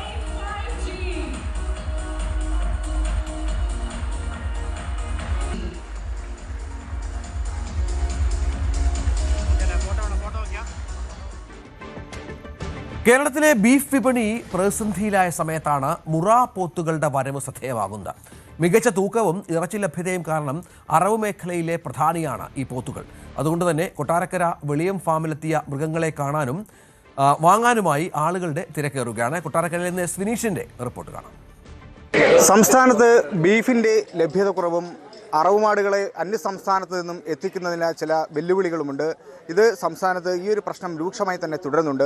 ഈ സാഹചര്യത്തിലാണ് കൊല്ലം വെളിയത്തുള്ള സമ്മർലാൻഡ് എന്ന ഫാമിൽ പോത്തും കുട്ടികളെ എത്തിച്ചിരിക്കുന്നത്. ഇത് കർഷകർക്ക് വലിയ ആശ്വാസമാണ്. കാരണം ഈ കുട്ടികളെ വളർത്തിയെടുത്തിട്ടാണ് ഇത് അറവിനായിട്ട് ഉപയോഗിക്കുന്നത്. അപ്പം ഇതിന് നേതൃത്വം നൽകുന്നത് ഫാമിൻ്റെ ഉടമയുണ്ട്. നമുക്ക് ചോദിക്കാം എന്തെല്ലാം പ്രതിസന്ധികൾ തരണം ചെയ്താണ് ഈ പോത്തും കുട്ടികളെ ഇവിടെ എത്തിച്ചതെന്നുള്ളത്. ശരിക്കും വലിയൊരു വെല്ലുവിളിയായിരുന്നു ഈ ഫീൽഡിൽ. ഇപ്പം ഞാൻ ഏതാണ്ട് ഒരു 2 കൊല്ലം കൊണ്ട് വളരെ വെല്ലുവിളികൾ ഇങ്ങനെ താങ്ങിക്കൊണ്ട് ഇപ്പം പിന്നെ ഈ ഒരു 2-3 മാസം കൊണ്ട് വലിയ പ്രശ്നം നടക്കുകയാണ്. ഈ പെരുന്നാളിൻ്റെ ശേഷം ഈ ഹിന്ദു മുസ്ലിം എന്നുള്ള ആ ഒരു രീതിയിൽ അവർക്ക് വാങ്ങുന്നവർ, അതായത് അവിടെ നിന്ന് വാങ്ങിയിട്ട് വെളിയിലോട്ട് ഇറങ്ങുമ്പോൾ ഗോരക്ഷൻ എന്ന് പറഞ്ഞുള്ള ടീം ഇത് തട്ടിപ്പറിച്ചാൽ കൊണ്ടുപോവുകയാണ്. ഇതിൻ്റെ പുറകെ നമ്മൾ കേസ് നടന്നിട്ട് നമുക്ക് ഓർഡർ കിട്ടിയാൽ പോലും അവർ വീണ്ടും കൊണ്ടു ചെന്ന് അപ്പീൽ കൊടുക്കുകയാണ്. നമ്മൾ യഥാർത്ഥത്തിൽ ആക്ച്വലി നമ്മൾ കൊണ്ടുവരുന്ന പശുവോ കാളയോ ഒന്നുമല്ല. ഇത് ഇത് ഇത്രയും പാവപ്പെട്ട ജനങ്ങളാണ്, നമ്മളെ കേരളത്തിലെ ജനങ്ങളാണ്. ഇത് എൻ്റെ ഒരു പ്രസ്ഥാനത്തിൽ വന്നവരാ. അതുപോലെ പല പ്രസ്ഥാനങ്ങളും ഇവിടെ ഉണ്ട്. ലക്ഷക്കണക്കിന് ആൾക്കാർ ഇതിനെ വളർത്തി ജീവിക്കുന്നവരാണ്. ഞാൻ തന്നെ ഇപ്പോൾ ഒരു 4-5 മാസം മുമ്പിട്ട് തുടങ്ങി വെച്ച് ശത്രുക്കളായതാണ്. കാരണം ഇത് ഗോരക്ഷയല്ല നടത്തുന്നത്, ഗോശിക്ഷയാണ് നടത്തുന്നത്. മറ്റുള്ളവരെ എങ്ങനെ ചൂഷണം ചെയ്യാം എന്നുള്ളതാണ് ഈ ഗോരക്ഷാക്കാർ ചെയ്തുകൊണ്ടിരിക്കുന്ന ഒരു രീതി. അതാ ഇത്രയും പേര് ഇവിടെ ഇത് എല്ലായിടവും ഈ സാധനം വരുവായിരുന്നു. ഇവർക്ക് ഇത്രയും തെള്ളേണ്ടെന്ന് ആവശ്യമില്ല. പലയിടത്തുനിന്നും പോയി മേടിക്കാം. നമ്മളവിടെ നിന്ന് മേടിക്കണമെന്ന് നമ്മൾ പറയത്തില്ല. നമ്മളെപ്പോഴും കൊടുക്കുന്ന നല്ല കുട്ടികൾ ഹരിയാനയിൽ നിന്നാണ് കൊണ്ടുവരുന്നത്. ഹരിയാനയിൽ നിന്ന് ഇവിടെ വരുന്നതിന് ഏതാണ്ട് 3500 കിലോമീറ്റർ ഉണ്ട്. ഈ 3500 കിലോമീറ്റർ താണ്ടി നമ്മളിതിനെ ഈ കുട്ടികളെ ഇവിടെ കട്ട് ചെയ്യാൻ കൊണ്ടുവരേണ്ടെന്ന് ആവശ്യമില്ല. അത് കോമൺ സെൻസ് ഉള്ളവർക്ക് മനസ്സിലാവും. ഇത്രയും കൊച്ചു കുട്ടികളെ ഇവിടെ കൊണ്ടുവന്ന് 3500 കിലോമീറ്റർ താണ്ടി ഇതിനെ ഇവിടെ കൊണ്ടുവന്ന് കട്ട് ചെയ്യേണ്ടെന്ന് ആവശ്യമുണ്ട്. അങ്ങനെ തന്നെ നമുക്ക് തമിഴ്നാട്ടിലോ കർണാടകയിലോ ഇത് വളർത്താൻ വരുന്ന കുട്ടികളാണ്. ഇത് ഭാവിയിലേക്ക് ഇതേപോലുള്ള പാവപ്പെട്ട കർഷകർക്ക് വളർത്തി ഇതിൽ നിന്നും വളരെ പ്രതീക്ഷ വരുന്നുണ്ട്. അദ്ദേഹം ഒന്ന് വന്നു, കുട്ടിയെ കിട്ടിയില്ല, വളരെ ദൂരത്തിൽ നിന്ന് വന്നാൽ. ഇപ്പോൾ അടുത്ത ലോഡ് വന്നാൽ കൊടുക്കാമെന്നാണ് ഞാൻ പറഞ്ഞത്. അത് ദൈവത്തിനോട് നമ്മൾ പറയാം, വന്നില്ലായി.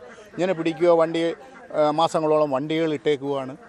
ഫൈനാൻസുള്ള വണ്ടികൾ ഇട്ടേക്കുവാണ്. പിന്നെ ഇതിൻ്റെ പുറകെ നമ്മൾ വക്കീലിനും പോലീസുകാർക്കും ബാക്കിയുള്ളവർക്കും കൊടുക്കുന്ന ചിലവുകൾ വേറെ. മാനസികമായിട്ട് നമുക്ക് പീഡനങ്ങൾ കണ്ടമാനമുണ്ട്. ഇപ്പം തന്നെ എൻ്റെ 3 ലോഡ് ഓൾറെഡി അകത്താണ്.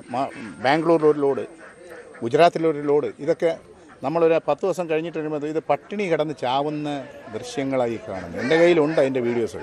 ഇത് നമ്മളെ ഗവൺമെൻറ് അറിഞ്ഞിരിക്കണം, സർക്കാർ അറിഞ്ഞിരിക്കണം, കേരള സർക്കാരും ഇത് അറിഞ്ഞിരിക്കണം. ഇപ്പം മാറി വരുന്ന ഗവൺമെൻറ് അറിഞ്ഞിരിക്കണം. നമ്മുടെ നാട്ടിൽ ഇത്രയും ജനങ്ങൾക്ക് വേണ്ടുന്ന സപ്പോർട്ട് അവർ ചെയ്യണം. കർഷകരാണ് ഇവിടെ പഞ്ചായത്തിന് എന്നെ നിശ്ചയിച്ചിരിക്കുന്ന നമ്മളെ പഞ്ചായത്തിന് വേണ്ടി ഇവിടെയും പഞ്ചായത്തിനും കൊല്ലം ജില്ലയിലെ എല്ലാ പഞ്ചായത്തുകൾക്കും നമ്മൾ ഇത് സപ്ലൈ ചെയ്തുകൊണ്ടിരുന്നത്. പണ്ടൊക്കെ ഇത് 15,000 രൂപയുടെ സർക്കാർ കൊടുക്കുന്ന 15,000 രൂപയ്ക്ക് ഒരു കർഷകന് 15,000 രൂപയാണ് കൊടുത്തുകൊണ്ടിരിക്കുന്നത്. അതിൽ പകുതി കർഷകൻ്റെ പകുതി ഗവൺമെൻറ്റിൻ്റെ പൈസയാണ്. ഇൻഷുറൻസോട് കൂടി കുട്ടികളെ കൊടുത്തുകൊണ്ടിരിക്കുന്നത്. ഇത് കൊണ്ടുവരാനുള്ളൊരു പ്രൊമോഷൻ നമുക്ക് ഗവൺമെൻറ് തന്നില്ല എന്നുണ്ടെങ്കിൽ പിന്നെ നമ്മൾ ഏത് രീതിയിലാണ് ഇവരെ കൊണ്ടുവന്ന് ഇവരെ സഹായിക്കുന്നത്? ഈ പിടിച്ചെടുന്നവർ കൈക്കൂലിയൊക്കെ ആവശ്യപ്പെടാറുണ്ട്. പിടിച്ചിരുന്ന ഒരു ടീമുകൾ കൈക്കൂലിക്കാരുണ്ട്, ഇതിനകത്ത് കൊള്ളക്കാരുമുണ്ട്, പിടിച്ചുപറിക്കാരുമുണ്ട്. 2 ഐറ്റമാണ്. എന്ന് വെച്ചാൽ നിങ്ങളെ കയ്യിലിരിക്കുന്ന മുതൽ പിടിച്ചു പറിക്കുക, ഞാൻ കൊടുത്ത് പൈസ മേടിക്കുക, ഗുണ്ടായിസം എന്നാൽ ഇതിന് പക്ക പറയുന്ന ഒരു കാര്യമാണ്. ഇതിപ്പോൾ ഏത് ഇനത്തിൽപ്പെട്ടതാണ് ഇത്? മുറ ബ്രീഡാണ്. നമ്മളെ കേരളത്തിലോ തമിഴ്നാട്ടിലോ ആന്ധ്രയിലോ കർണാടകയിലോ ഇല്ല. അങ്ങനെ എന്നുണ്ടെങ്കിൽ നമുക്ക് അവിടെ നിന്ന് കൊച്ചു കുട്ടികളെ എടുത്തിട്ട് ഇവിടെ കൊടുക്കാമായിരുന്നു. ഇത് മുറ ബ്രീഡ് എന്ന് പറയുന്ന ഒരു സെപ്പറേറ്റ് ബ്രീഡാണ്. അതിൻ്റെ ഒരു മെയിൽ ഇവിടെ നിൽപ്പുണ്ട്. കാരണം ഇതിനെ വളർത്തുന്നവർക്ക് പ്രയോജനമുണ്ട്. ഉണ്ടോ പക്ഷേ പ്രയോജനമുണ്ട്. അതുകൊണ്ടാണ് ഇവർ മുറ കുട്ടി എന്ന് പറഞ്ഞുകൊണ്ട് നമ്മൾ ആൾക്കാർ കിടന്ന് കളയുന്നത്. കാരണം ഇത് ബ്രോയിലർ പോലെ വളർന്നാൽ കയറും. ഒരു പോത്തിനെയൊക്കെ വിറ്റ് പോകുന്നത് 1 ലക്ഷം രൂപ, 2 ലക്ഷം രൂപ, 5 ലക്ഷം രൂപ, 10 ലക്ഷം രൂപ, ആ റേഞ്ചിലാണ് ഇതിനെ വിറ്റ് പോകുന്നത്. പിന്നെ ഇതിനൊക്കെ മോഹവിലയുണ്ട്, സൈസിൽ ഓവർ സൈസുകൾ. അതുകൊണ്ടാണ് ഇതിന് ഹരിയാനയിൽ മുറ മാത്രമേ ഉള്ളൂ. വേറെ നീലിരവി ഇങ്ങനെയൊക്കെയുള്ള ഇനമുണ്ട്. ഈ മുറയെ ഇവർ മേടിച്ച് വളർത്തുന്നത് ഇത് പെട്ടെന്ന് വളരും, ഗ്രോത്ത് വളരെ കൂടുതലാണ്. ഇതാണ് ഇതിൻ്റെ സംഭവം. അതുകൊണ്ടാണ് നമ്മൾ ഈ ഹരിയാന പോയി മുറ കുട്ടികളെ മാത്രം സെലക്ട് ചെയ്ത് കൊണ്ടുവരുന്നതിൻ്റെ കാര്യം അതാണ്. തീർച്ചയായും അതുതന്നെയാണ്. ഗവൺമെൻറ്റിൻ്റെ കാര്യക്ഷമായൊരു ഇടപെടൽ ഉണ്ടെങ്കിൽ മാത്രമേ ഈ സംരംഭം നല്ല രീതിയിൽ മുന്നോട്ട് പോവുകയുള്ളൂ. എസ് വിനീഷ്, ന്യൂസ് 18 കൊല്ലം. കൊച്ചി മൂന്നാർ പാതയുടെ നവീകരണ പ്രവർത്തികളുടെ ഭാഗമായി പെരിയാറിന് കുറുകെ നേര്യമംഗലത്ത് പുതിയ പാലം നിർമ്മാണം പുരോഗമിക്കുന്നു. ഓഗസ്റ്റ് മാസത്തോടെ പാലത്തിന്റെ പണികൾ പൂർത്തിയാകുമെന്നാണ് വിലയിരുത്തൽ. ഇടുക്കി, എറണാകുളം ജില്ലകളെ തമ്മിൽ ബന്ധിപ്പിക്കുന്ന നേര്യമംഗലത്തുള്ള പാലം ഏഷ്യയിലെ ആദ്യ എ ക്ലാസ് ആർച്ച് പാലമാണ്. 90 വർഷങ്ങൾ പിന്നിട്ട നേര്യമംഗലം പാലത്തിന് സമാന്തരമായാണ് ഉരുക്ക് നിർമ്മിത ആർച്ച് പാല നിർമ്മാണത്തിന് 2 വർഷം മുൻപ് നടപടി ആരംഭിച്ചത്. നിലവിലുള്ള ആർച്ച് പാലത്തിന് സമാന്തരമായാണ് പുതിയ പാലത്തിന്റെ നിർമ്മാണം. പഴയ ആർച്ച് പാലത്തിന്റെ മാതൃകയിലാണ് 214 മീറ്റർ നീളമുള്ള പുതിയ ബോസ്ട്രിംഗ് സ്റ്റീൽ ആർച്ച് പാലം നിർമ്മിക്കുന്നത്. 42 മീറ്റർ നീളത്തിൽ 5 സ്പാനുകളാണ് പുതിയ പാലത്തിനുള്ളത്. 13 മീറ്ററാണ് പാലത്തിന്റെ വീതി. വാഹനങ്ങൾക്ക് കടന്നുപോകുന്നതിന് 8 മീറ്റർ വീതിയും ഇരുവശത്തും 1.5 മീറ്റർ വീതിയിൽ നടപ്പാതയും ഒരുക്കിയിട്ടുണ്ട്. നിർമ്മാണ പ്രവർത്തികൾ അന്തിമഘട്ടത്തിലാണെന്ന് ഇടുക്കി MP അഡ്വക്കേറ്റ് ഡീൻ കുര്യാക്കോസ് പറഞ്ഞു. 13 മീറ്റർ വീതിയിലാണ് പാലം പണിയുന്നത്. അപ്പോൾ നിലവിലുള്ള പാലത്തിന് ആകെ 4 മീറ്റർ വീതിയുള്ളൂ. 1936 റാണി ലക്ഷ്മിഭായ് ഉദ്ഘാടനം ചെയ്ത, രാജഭരണകാലത്ത് ഉദ്ഘാടനം ചെയ്ത പാലമാണ് നിലവിൽ നിൽക്കുന്നത്. അപ്പോൾ അതിൻ്റെ എല്ലാ തരത്തിലുമുള്ള രൂപഭംഗിയും ഒപ്പിയെടുത്തുകൊണ്ട് ഉരുക്കുകൊണ്ട് നിർമ്മിച്ചുകൊണ്ട് ഈ പാലത്തിൻ്റെ അവസാനഘട്ട ബോസ്ട്രിംഗ് ആർച്ച് അത് ഘടിപ്പിക്കുന്ന ഒരു ജോലിയാണ് ഇപ്പോൾ നടന്നുകൊണ്ടിരിക്കുന്നത്. പാലത്തിൽ പാകിയിട്ടുള്ള സ്റ്റീൽ പ്രതലത്തിൽ കോൺക്രീറ്റ് പ്രവൃത്തി കൂടി പൂർത്തീകരിക്കുന്നതോടെ അന്തിമഘട്ട പണികൾ മാത്രമാകും ബാക്കിയാകുന്നത്. പാലം പണി പൂർത്തിയാകുന്നതോടെ മൂന്നാറിലേക്കുള്ള സഞ്ചാരികൾക്കും മറ്റ് യാത്രക്കാർക്കും ഗതാഗതക്കുരുക്കില്ലാതെ സുഗമമായി പെരിയാറിനു കുറുകെയുള്ള പാലത്തിലൂടെ സഞ്ചരിക്കാനാകും. ന്യൂസ് 18 ഇടുക്കി. നമുക്കിനി ന്യൂസ് 18 സ്പെഷ്യൽ ഡേയിലേക്ക് ഒന്ന് പോകാം. തിരുവനന്തപുരം ബാലരാമപുരം നെല്ലിവിള സ്വദേശി തങ്കച്ചൻ ബിന്ദുവിന്റെ മകൻ കണ്ണന്റെ ജന്മദിനമാണെന്ന് ആശംസകൾ അറിയിച്ചുകൊണ്ട് ചേട്ടൻ സജിത്ത്, അനിയൻ ഉണ്ണി, കൂട്ടുകാരായ ആനന്ദ്, ജെയ്സൺ, ദിയ തുടങ്ങിയവർ. ശ്രീദേവിയുടെയും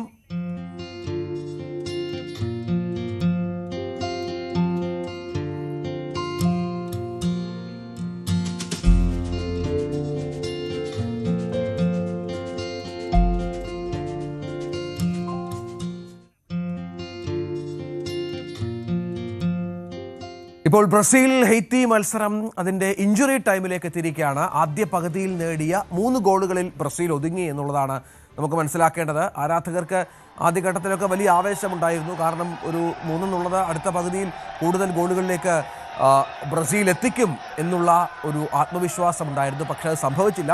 പക്ഷേ 3 ഗോളുകൾക്ക് ബ്രസീൽ ജയിക്കുന്നു എന്നുള്ളത് അവരെ സംബന്ധിച്ചിടത്തോളം ആശ്വാസമാണ്. ആദ്യ കളിയിൽ ബ്രസീൽ നിറമങ്ങിയിരുന്നു. ആരാധകരുടെ പ്രതീക്ഷയ്ക്കത്ത് ഉയർന്നിരുന്നില്ല. പക്ഷേ ഇപ്പോൾ ഇത്തരത്തിൽ കാര്യങ്ങൾ സംഭവിക്കുകയാണ്. ഇപ്പോൾ ഇഞ്ചുറി ടൈമിൽ കളി പുരോഗമിക്കുന്നു. ഗോളുകൾ നേടാൻ ഉള്ള രണ്ടാം പകുതിയിൽ ആദ്യ പകുതിയുടെ മികവ് ടീമിന് പുലർത്താനായില്ല എങ്കിൽ പോലും പ്രതിരോധ നിര ഹെയ്ത്തിയുടെ ശക്തമായി തന്നെ നിലനിന്നു. അത് ബ്രസീൽ കൂടുതൽ ഗോളുകളിലേക്ക് എത്തുന്നതിനെ പ്രതിരോധിച്ചു. നമുക്കറിയാം, ലോക ഫുട്ബോളിൽ 80ാം റാങ്കിന് താഴെയുള്ള ടീം കൂടിയാണ് ഹെയ്ത്തി. ഹെയ്ത്തിക്കെതിരെയാണ് ലോകത്തെ വമ്പൻ ടീമായ ബ്രസീൽ ഇപ്പോൾ 3 ഗോളുകളിൽ ഒതുങ്ങിയിരിക്കുന്നത് എന്നതും പ്രധാനപ്പെട്ട ഒരു കാര്യം തന്നെയാണ്. ആരാധകരുടെ ആദ്യഘട്ടത്തിലെ ആവേശത്തിന് അല്പമൊരു ശമനമുണ്ട്. അവർക്ക് രണ്ടാം പകുതി നിരാശയാണ് സമ്മാനിച്ചത്. കൂടുതൽ ഗോളുകൾ പ്രതീക്ഷിച്ചിരുന്നു. ഇനി വരും മത്സരങ്ങളിൽ വമ്പൻ ടീമുകളോട് ഏറ്റുമുട്ടുമ്പോൾ ബ്രസീൽ എന്ത് തരത്തിലുള്ള കരുത്ത് കാട്ടും എന്നുള്ള ആശങ്ക ഈ 2 മത്സരങ്ങളിലുമുണ്ട് എന്ന് വേണം ഈ ഘട്ടത്തിൽ കരുതാൻ. പ്രതീക്ഷിച്ച നിലവാരത്തിലേക്ക് ബ്രസീൽ ഉയർന്നോ എന്നുള്ളതാണ് ഇനി വിലയിരുത്തേണ്ടത്. എൽദോ ചേരുന്നുണ്ട്. എൽദോ, ആദ്യ പകുതി വലിയ ആവേശമായിരുന്നു ബ്രസീൽ ആരാധകർക്ക്. രണ്ടാം പകുതിയിലേക്ക് എത്തിയപ്പോൾ ബ്രസീൽ പ്രതീക്ഷിച്ച പോലെ എത്തിയില്ലല്ലേ? രഞ്ജിത്ത്, ഞാൻ ആദ്യം സൂചിപ്പിച്ച കാര്യത്തിലേക്ക് കാര്യങ്ങൾ എത്തുന്നുണ്ട്. അതായത് ഈ ബ്രസീലിന്റെ സ്കോർ കാർഡ് അത് ഗംഭീരമാണ്, 3-0 ഹൈത്തിക്കെതിരെ. പക്ഷേ അതിനപ്പുറത്തേക്ക് ചില പോരായ്മകൾ മുഴച്ചു നിൽക്കുന്ന അല്ലെങ്കിൽ ചില പോരായ്മകൾ തെളിഞ്ഞു കാണുന്നുണ്ട് ഈ മത്സരത്തിൽ എന്നുള്ളതാണ് പ്രധാനപ്പെട്ട കാര്യം. പ്രത്യേകിച്ചും ആദ്യ പകുതിയിൽ ആദ്യ 24 മിനിറ്റ് ബ്രസീലിനെ പിടിച്ചു നിർത്തി ഹൈത്തി. ഇപ്പോൾ ഏറ്റവും ഒടുവിൽ രണ്ടാം പകുതിയിൽ ബ്രസീലിന് ഒരിക്കൽ പോലും സ്കോർ ചെയ്യാൻ കഴിയാത്ത സാഹചര്യം. ഒരു പന്ത് എൻട്രിക്ക് വലയിലെത്തിച്ചുവെങ്കിൽ പോലും അത് ഓഫ് സൈഡ് ഫ്ലാഗ് ഉയർന്നു. നിരവധി അവസരങ്ങൾ ബ്രസീലിന് ലഭിക്കുന്നുണ്ട്, പക്ഷെ അതൊന്നും മറികടന്നെത്താൻ കഴിയുന്നില്ല. പ്രത്യേകിച്ചും റഫീഞ്ഞയുടെ പരിക്ക് ഒരു ആശങ്കയാകുമോ എന്നുള്ള കാര്യമുണ്ട്. ഹാംസ്ട്രിങ് ഇഞ്ചുറിയാണ്. ഹാംസ്ട്രിങ് ഇഞ്ചുറിയുടെ ഡിഗ്രി എത്ര തരത്തിലുള്ള ഗ്രേഡിലാണ് ആ ഇഞ്ചുറി എന്നുള്ളത് വ്യക്തമല്ല. ഒരു ആവറേജ് ഹാംസ്ട്രിങ് ഇഞ്ചുറി പോലും 3 ആഴ്ച വരെ വിശ്രമം ആവശ്യമായിട്ടുള്ള സാഹചര്യമുണ്ട്. അപ്പോൾ റഫീഞ്ഞ എങ്ങാനും ഈ ലോകകപ്പ് അദ്ദേഹത്തിന് മിസ്സായാൽ വലിയ തോതിൽ വിഷമിക്കും, അല്ലെങ്കിൽ വലിയ തോതിൽ ആശങ്കപ്പെടേണ്ടി വരും ബ്രസീലിയൻ ആരാധകർക്ക്. റഫീഞ്ഞയുടെ പരിക്ക് എത്രത്തോളം ഗൗരവമുള്ളതാണ് എന്നുള്ളത് ഇതുവരെ വ്യക്തമായിട്ടില്ല. നമുക്ക് കാത്തിരിക്കാം.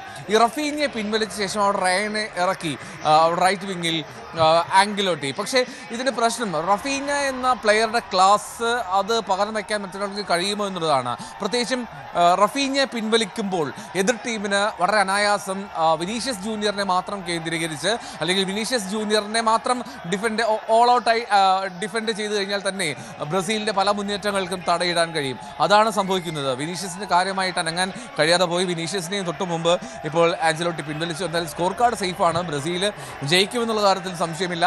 ബ്രസീലിന് 3 പോയിന്റ് കിട്ടുമെന്നുള്ള കാര്യത്തിൽ സംശയമില്ല. പക്ഷേ ഇനിയുള്ള മത്സരങ്ങളാണ് പ്രധാനപ്പെട്ട കാര്യം. നെയ്മർ മടങ്ങിയെത്തുന്നു എന്നുള്ള പ്രതീക്ഷ നിലനിർത്തുമ്പോൾ റഫീഞ്ഞ പുറത്തേക്ക് പോകുമോ എന്നുള്ളതാണ് അതിനേക്കാൾ വലിയ ആശങ്ക. നെയ്മറേക്കാൾ കൂടുതൽ ഒരു പക്ഷേ ഈ ടീമിൽ ഒരു സൂപ്പർ താരം നെയ്മർ ആയിരിക്കാം, പക്ഷേ ഒരു സൂപ്പർ ക്രിയേറ്റർ അത് റഫീഞ്ഞയാണ്. അത് തന്നെയാണ് ഈ ആഞ്ചലോട്ടിയുടെ തന്ത്രങ്ങളിൽ വലിയ പ്രാധാന്യമുണ്ട് റഫീഞ്ഞയ്ക്ക്. അപ്പോൾ റഫീഞ്ഞയുടെ പരിക്ക് ആശങ്കപ്പെടുത്തുന്നു. എന്നാൽ മത്സരം അവസാനിക്കാൻ പോവുകയാണ്. ഏതാണ്ട് 5 മിനിറ്റാണ് ആഡ് ഓൺ ടൈമായി നൽകിയിരിക്കുന്നത്. ഇപ്പോൾ അതിലെ 3 മിനിറ്റ് പിന്നിട്ടു, 4-ാം മിനിറ്റും പിന്നിട്ട് നിൽക്കുന്നു. ബ്രസീലിയൻ ആരാധകർക്ക് ആദ്യ പകുതിയിൽ 3 തവണ ആർപ്പ് വിളിക്കാൻ അവസരം കിട്ടി. പിന്നീട് ഇതിനിടയിൽ 2 തവണ ഓഫ് സൈഡ് ഗോളിന് മാർത്ത് വിളിച്ചു, പക്ഷേ സ്കോർ കാർഡിലേക്ക് അത് എത്തിയില്ലാതെ മാത്രം. എന്നാണെങ്കിലും മത്തേസ് കൂഞ്ഞ 24-ാം മിനിറ്റിലാണ് ബ്രസീലിന് വേണ്ടി അക്കൗണ്ട് തുറന്നത്. 36-ാം മിനിറ്റിൽ അദ്ദേഹം അത് ആവർത്തിച്ചു. ഏറ്റവും ഒടുവിൽ ആദ്യ പകുതിയുടെ ഇഞ്ചുറി ടൈമിൽ വിനീഷ്യസ് ജൂനിയർ, അവരുടെ പ്രധാനപ്പെട്ട താരം, സൂപ്പർ താരം, സ്കോർ ചെയ്ത് ബ്രസീലിൻ്റെ ലീഡ് 3-0 എന്നാക്കി. ഹെയ്ത്തിയുടെ മത്സരത്തെ പറ്റിയും എത്തുകയാണെങ്കിൽ ഈ മത്സരത്തിൽ ബോൾ പൊസിഷനൊക്കെ ബ്രസീലിനാണ് കൂടുതൽ. ഏതാണ്ട് 60%, 57% നിലവിലെ ബോൾ പൊസിഷൻ ബ്രസീലിന്. പക്ഷേ ബ്രസീലിൻ്റെ വലിയ ചാൻസുകൾ അത് അധികം അവസരങ്ങൾ നൽകിയില്ല എന്നുള്ളതാണ്. 3 അവസരങ്ങളാണ് ബ്രസീലിന് ഒരു ബിഗ് ചാൻസസ് എന്ന് വിശേഷിപ്പിക്കാൻ കഴിയുന്നുള്ളത്. ടോട്ടൽ ഷോട്ട്സ് അത് ഒപ്പത്തിനൊപ്പം നിൽക്കുന്നു എന്നുള്ളതാണ്. ഹെയ്ത്തിയും 8 ഷോട്ടുകൾ പായിച്ചു, ബ്രസീലും 8 ഷോട്ടുകൾ പായിച്ചു. ഒപ്പത്തിനൊപ്പമാണ് ഷോട്ടുകളുടെ എണ്ണത്തിൽ ബ്രസീലും ഹെയ്ത്തിയും നിൽക്കുന്നത്. ബ്രസീലിയൻ ഗോൾ കീപ്പർ 2 തവണ അത് സേവ് ചെയ്തു, ഹെയ്ത്തി ഗോൾ കീപ്പർ 3 തവണയും. എന്താണെങ്കിലും കോർണർ കിക്കുകൾ 4 എണ്ണം 2 ടീമും വീതം നേടിയെടുത്തിട്ടുണ്ട്. പാസുകളുടെ കാര്യത്തിൽ ബ്രസീലിന് കൃത്യമായിട്ടുള്ള മേധാവിത്വമുണ്ട്. 522 പാസ്സാണ്. മറുവശത്ത് ഹെയ്ത്തി 398 പാസുകൾ. അങ്ങനെ മത്സരത്തിലെ ഫലം വരുമ്പോൾ ബ്രസീലിന് ഒരു 3 പോയിന്റ് ലഭിക്കുന്നു. ആ 3 ഗോൾ ജയത്തിൽ എന്നുള്ളത് ശരി തന്നെ. പക്ഷേ അതിനേക്കാൾ ഉപരിയായി ഒരു ക്ലിനിക്കൽ, ഒരു പ്രൊഫഷണൽ മത്സരം കാഴ്ചവെക്കാൻ ബ്രസീലിന് എത്രത്തോളം കഴിഞ്ഞു എന്നുള്ളത് സംശയകരമാണ്. ബ്രസീലിയൻ ആരാധകർക്ക് ഇത് സന്തോഷമാണ്. MS അനീഷ് കുമാർ അവിടെ കോഴിക്കോട് വിവരങ്ങളുമായി ചേരുന്നുണ്ട്. അവിടെ മത്സരം കഴിഞ്ഞു, അതിൻ്റെ ആവേശം പങ്കുവയ്ക്കുകയാണ് കോഴിക്കോട് ആരാധകർ. അനീഷ് കുമാർ അവിടെ നിന്ന് തത്സമയം ചേരുന്നു കോഴിക്കോട് നിന്ന്.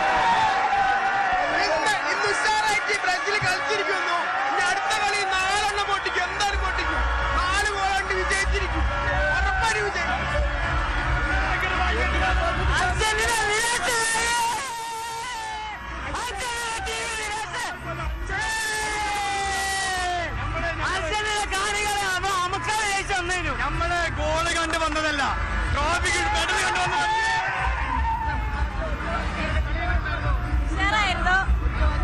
നെയ്മർ ഇല്ലാത്തതിന്റെ വിഷമം ഉണ്ടായിരുന്നു, അത്ര തന്നെ. എന്നാലും ടീം മൊത്തത്തിൽ സെറ്റായിരുന്നു. കുറച്ചും കൂടി ഒന്ന് പവർ ആവാനുണ്ട്. ഉഷാറായി അമർത്തി മുന്നേ തന്നെ അമർത്തി എല്ലാം അമർത്തി നമ്മൾ ജയിക്കും. കപ്പ് കൊണ്ടുപോകും, ബ്രസീൽ കപ്പ് കൊണ്ടുപോകും.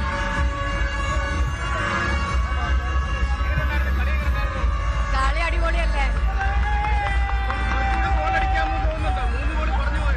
3 ഗോളായാലും സ്റ്റിൽ നമ്മളെന്താ ജയിച്ചത്. സ്റ്റിൽ നമ്മളെന്താണല്ലോ ജയിച്ചത്. അപ്പൊ കുഴപ്പമില്ല,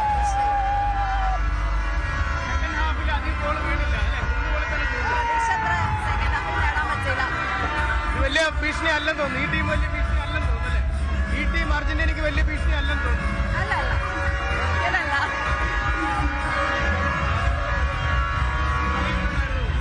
കളി ഞാനൊരു അർജന്റീന ഫാനാണെങ്കിലും ഇന്നത്തെ കളി നല്ല രീതിയിലാണ് ബ്രസീൽ കാഴ്ചവെച്ചത്. 88 സമനിലെങ്കിലും പിടിക്കുന്ന വിചാരിച്ചാണ്, പക്ഷേ ബ്രസീൽ നല്ല രീതിയിൽ കളിച്ചിട്ടുണ്ട്. ഈ സെക്കൻഡ് ഹാഫിൽ കുറച്ചുകൂടെ ഗോൾ വീണില്ല അല്ലേ? അതെ അതെ അതെ, അവരെ ഡിഫൻഡർ മധ്യനിരയിലും വളരെ പാളിച്ചകൾ പറ്റിപ്പോയിട്ടുണ്ട്. അതുകൊണ്ടാണ് ഫസ്റ്റ് ഗോള്, രണ്ടാമത്തെ ഗോള് വീണോടുകൂടി അവരാകെ കൺട്രോൾ പോയിട്ടുണ്ട്.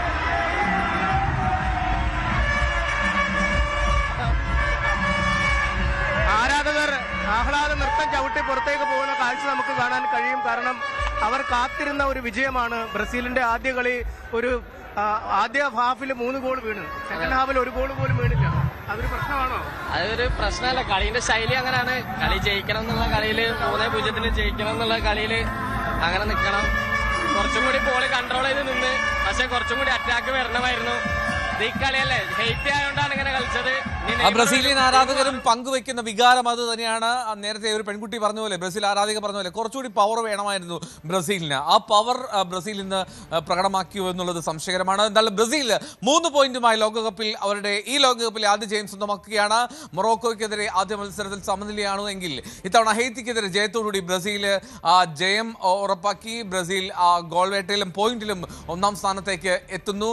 ബ്രസീലിന്റെ പ്രതീക്ഷകൾ അത് സജീവമാക്കുകയാണ് നോക്കൌട്ടിലേക്ക്. പക്ഷേ ആശങ്കയെ റഫീഞ്ഞയുടെ പരിക്കാണ്. അത് എത്രത്തോളം നിർണായകമാകുമെന്ന് വരും ദിവസങ്ങളിൽ കാത്തിരിക്കാമെന്നാലും ബ്രസീൽ 3 ഹെയ്ത്തി 0. നമസ്കാരം.